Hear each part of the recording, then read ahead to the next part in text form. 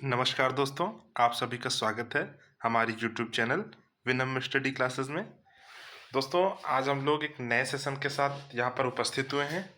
दोस्तों, इस समय हमारे देश में 2024 का चुनाव चल रहा है और लोकतंत्र का महापर्व चल रहा है। और इस लोकतंत्र के महापर्व में हम सभी को बढ़ चढ़ करके हिस्सा लेना चाहिए। यानी अपना जो बहुमत है, अपना जो वोट है, वो जरूर से जरूर देना चाहिए। और यही हमारे लोकतंत्र की खूबसूरती है और यही हमारे लोकतंत्र की जो है सद्भावना भी है। तो दोस्तों, आप सभी को पता है कि जो राहुल गांधी हैं, वो लोकसभा के मेंबर हैं और उन्होंने 2 सीटों से अपने चुनाव में भाग लिया है। जो पहली सीट है वो केरल की वायनाड सीट है और दूसरी जो सीट है वो उत्तर प्रदेश की रायबरेली सीट है, जो कि बहुचर्चित सीट है। तो दोस्तों, आज हम लोग ये समझेंगे कि कोई व्यक्ति एक से ज़्यादा सीटों पर यानी 2 सीटों पर चुनाव किस तरीके से लड़ सकता है और क्या इसकी प्रक्रिया है। इस पूरे नियम को हम लोग समझेंगे। तो हम लोग ये समझेंगे कि जो लोकसभा में 2 सीटों से चुनाव किस तरीके से लड़ा जाता है और क्या इसका प्राविधान है हमारे संविधान में। इन सबको हम एक एक करके देखेंगे। तो चलिए दोस्तों, हम लोग चलते हैं अपने सेशन की तरफ। दोस्तों, ये सेशन, अगर आपको ये टॉपिक और ये सेशन, ये जानकारी आपको अच्छी लगती हो तो दोस्तों आप लोग इसको लाइक, शेयर और सब्सक्राइब जरूर करिएगा। तो चलिए दोस्तों, हम लोग चलते हैं अपने सेशन की तरफ। तो दोस्तों, पहला हमारे पास टॉपिक है उम्मीदवार कितनी सीट से चुनाव लड़ सकता है।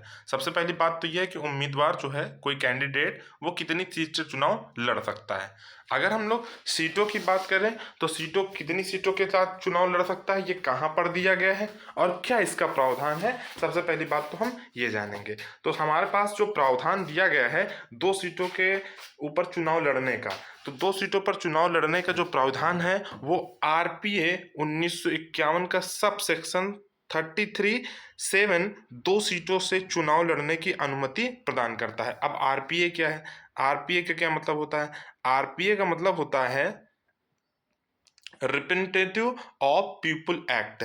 और रिप्रेजेंटेटिव ऑफ पीपुल एक्ट यानी जनप्रतिनिधित्व अधिनियम। जनप्रतिनिधित्व अधिनियम जो लागू किया गया था वो आया था 1951 में।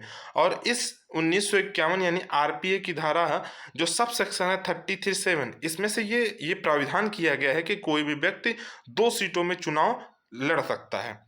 जबकि 1996 में एक संशोधन के माध्यम से इसे पेश किया गया था और पहली संख्या पर मतलब कोई रोक नहीं है।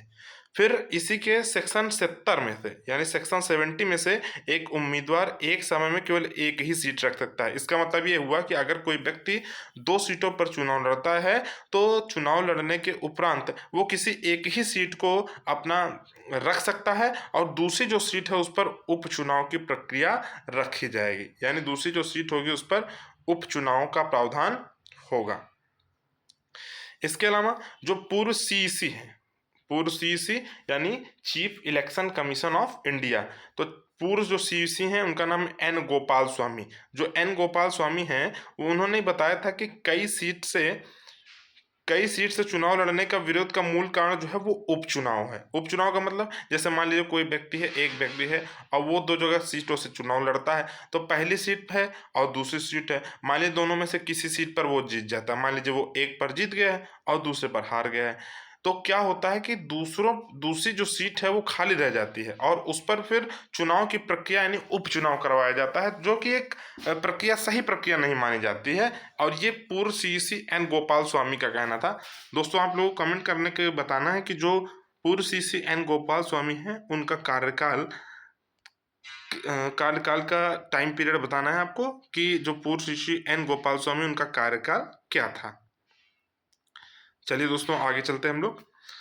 आगे है चुनाव आयोग और विधि आयोग केवल एक ही सीट से चुनाव लड़ने की अनुमति देने के लिए आरपी में संशोधन की आवश्यकता को चाहते हैं, या फिर आरपीएन जो रिप्रेजेंटेटिव ऑफ पीपुल एक्ट यानी जनप्रतिनिधित्व अधिनियम है उस पर चुनाव आयोग और विधि आयोग दोनों इस पर जो है वो एक संशोधन चाहते हैं।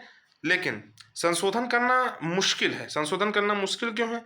क्योंकि राजनेता इसे घटाना नहीं चाहते और कानून निर्माण संसद की प्रक्रिया से ही होता है। यानी जो जो भी राजनेता हैं वो इस प्रक्रिया को खत्म नहीं करना चाहते और ना ही घटाना चाहते हैं।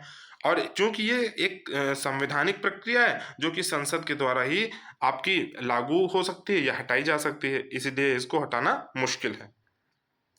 नेक्स्ट है, लोकसभा चुनाव लड़ने के लिए कोई व्यक्ति किसी भी निर्वाचन क्षेत्र में पंजीकृत हो सकता है। इसका मतलब यह है कि लोकसभा चुनाव लड़ने के लिए कोई भी व्यक्ति किसी भी निर्वाचन क्षेत्र यानी देश के किसी भी निर्वाचन क्षेत्र से वो रजिस्टर्ड हो सकता है। केवल कौन कौन से स्टेट से नहीं हो सकता? पहला है आसाम, दूसरा है लक्षद्वीप और तीसरा है सिक्किम। यानी इन सबको छोड़ करके देश के किसी भी कोने में से वो निर्वाचित हो सकता है, पंजीकृत हो सकता है।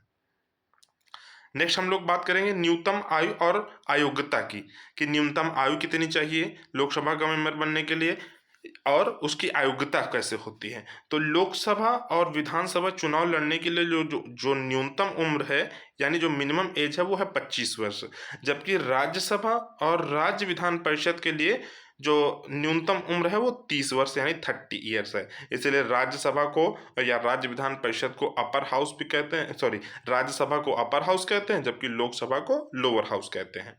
तो राज्यसभा और राज्य विधान परिषद के जो सदस्यों की न्यूनतम आयु है वो 30 वर्ष है, जबकि लोकसभा की न्यूनतम है 25 वर्ष है, और ये विधानसभा की भी जो है वो 25 वर्ष है।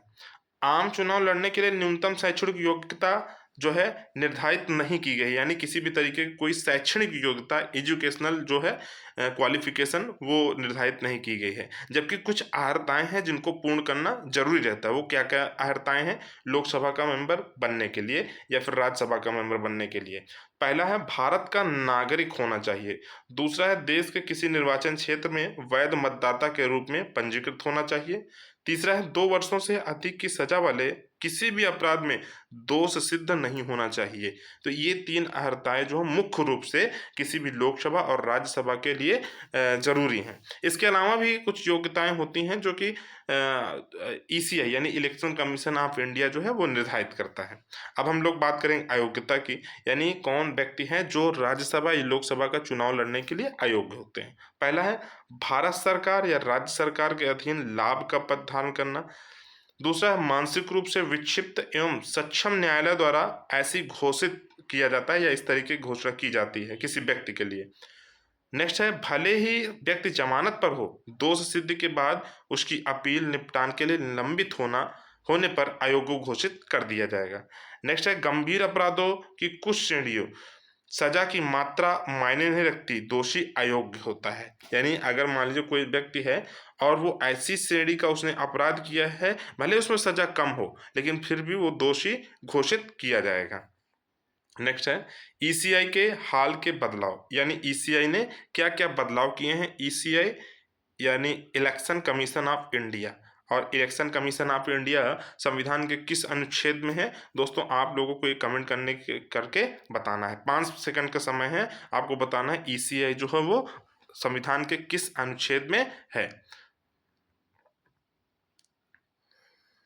जल्दी से आप लोग कमेंट करके बताइए दोस्तों। ECI election commission of India.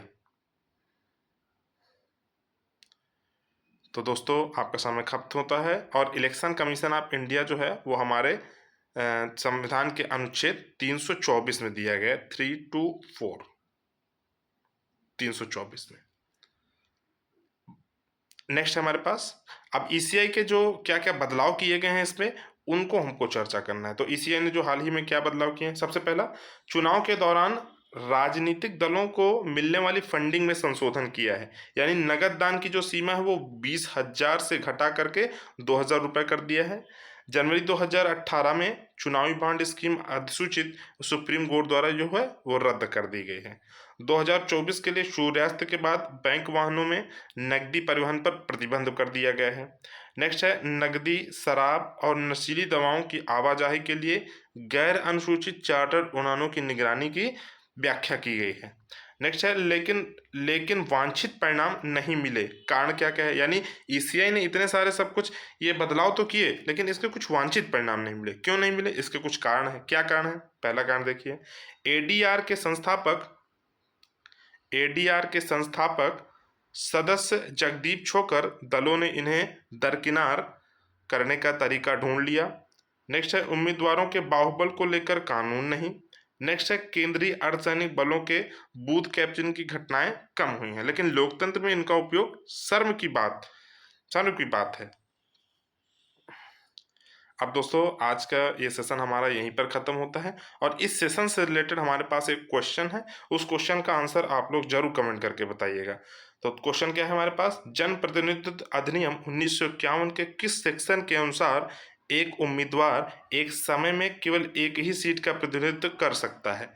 Option number A है सेक्शन 29, ऑप्शन नंबर बी है सेक्शन 33, ऑप्शन नंबर सी है सेक्शन 70, ऑप्शन नंबर डी है उपयुक्त में से कोई नहीं। तो दोस्तों हमें आपके आंसर का जवाब रहेगा। दोस्तों आंसर का जवाब क्वेश्चन का जवाब दीजिएगा ज़रूर, हमें आपके आंसर का जो है इंतज़ार रहेगा। और दोस्तों अगर आपको ये सेशन, ये जानकारी अच्छी लगी हो तो दोस्तों आप इसको लाइक, शेयर और सब्सक्राइब जरूर करिएगा, हमें आपके आंसर्स का जवाब रहेगा। और आज के लिए इतना ही। थैंक यू, बहुत बहुत धन्यवाद। जय हिंद, जय भारत।